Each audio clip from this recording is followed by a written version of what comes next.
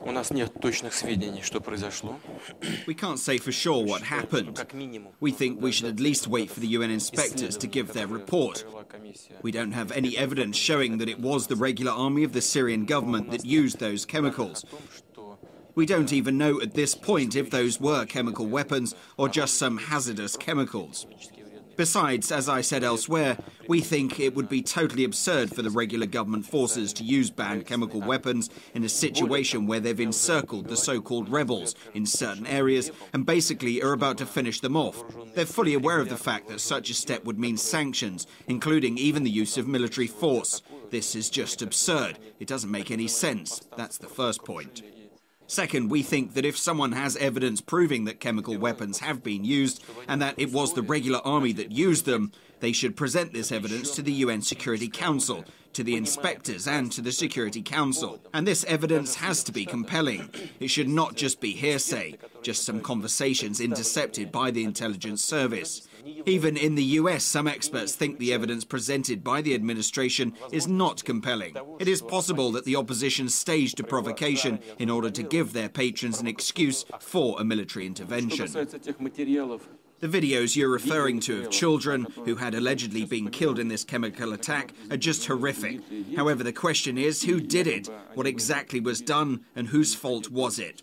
Those videos don't answer these questions. There's an opinion that this compilation was made by a group of militants who, as both the US administration and we know, are associated with Al-Qaeda. We also know that they have always been notoriously ruthless. Still, I'd like to point out that there are no parents, women or medical personnel in those pictures, which you would have noticed at a closer look. Who are those people, and what really happened there? This question remains open.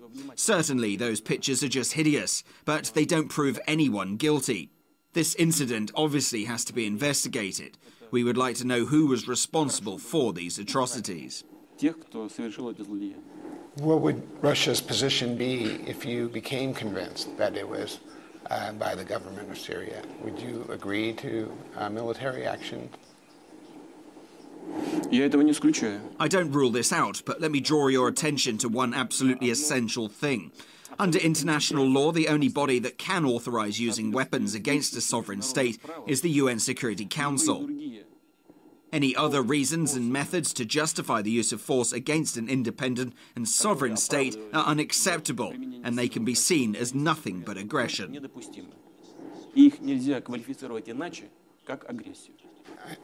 I see your reasoning in this regard, but I do wonder when there's a question mark about who committed these crimes, whether Russia should distance itself from the Assad government and maybe hold up its shipments of arms or something like that. We will not come up with a response unless we get the exact information on who committed these crimes. Speculating and rushing to promise we will do a certain thing would be totally wrong. We don't do that in politics. But let me assure you that we will take a compelling stand, as we firmly believe that the use of weapons of mass destruction is a crime. But there's also another question. If there is evidence that it's the militants that have been using WMD, what will the US do to them? What will these sponsors do? Will they stop weapon supplies? Will they start hostilities against the militants?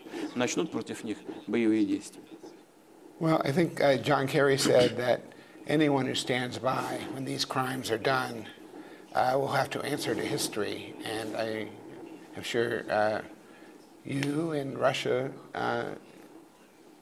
would be included in that, and the United States. But are you afraid that you may be seen today as standing by a regime that's oppressing and committing crimes? Is there a danger that you will be seen as a protector of this government? We're not defending the current Syrian government. We're defending other things entirely. We're defending the principles and norms of international law. We're defending the current world order.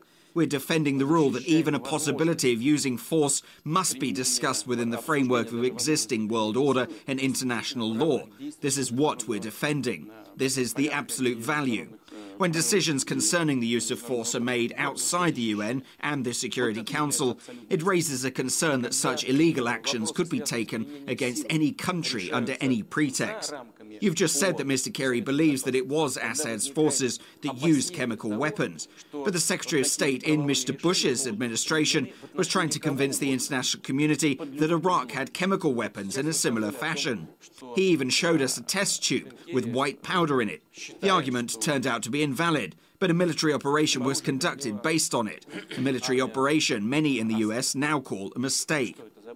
Have we forgotten that? Are we proceeding from the assumption that new mistakes are so easy to avoid? I assure you, it is not so. Everyone remembers what happens, and they take it into account when making their decisions. So I understand that you will not accept the evidence that has been offered so far as convincing. What would it take to convince you? Нас убедит глубокая. We would be convinced by a detailed investigation and by direct evidence of who exactly used chemical weapons and what substances were used. Then we'll be ready to take decisive and serious action.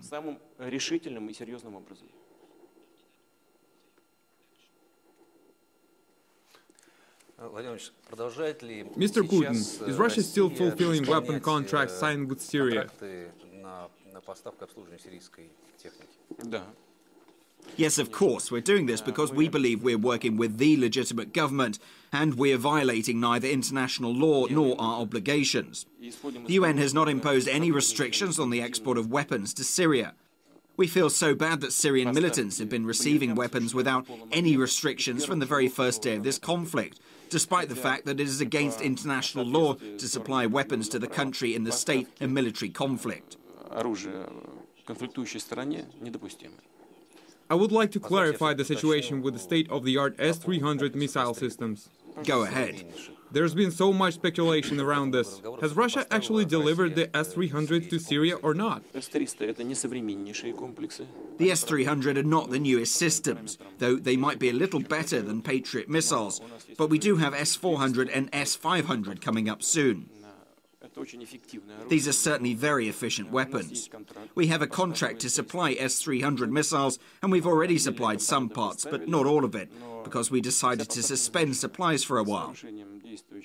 But if we see international law being violated, we will reconsider our future actions, including supplies of such sensitive weapons to certain regions of the world.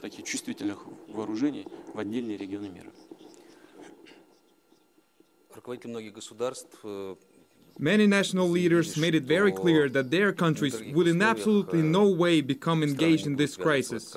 Would you also make a similar statement?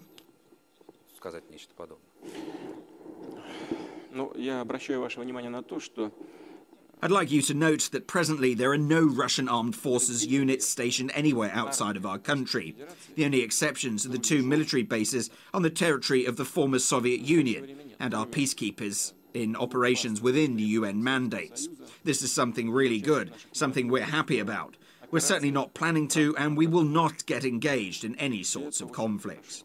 As far as the decision made by a number of nations not to participate in the military operation, frankly, I was quite surprised by it.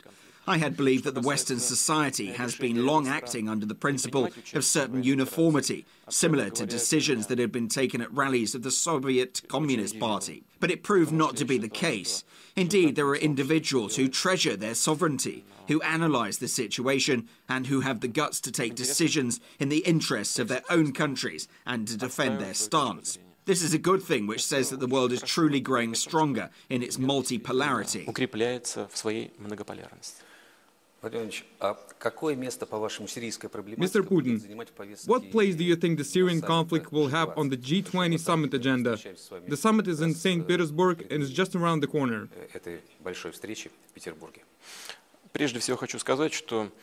First of all, I'd like to say that the agenda for the upcoming G20 summit has been drawn up well in advance. We've discussed it with our partners, and we don't think we have the right to go back on our agreement.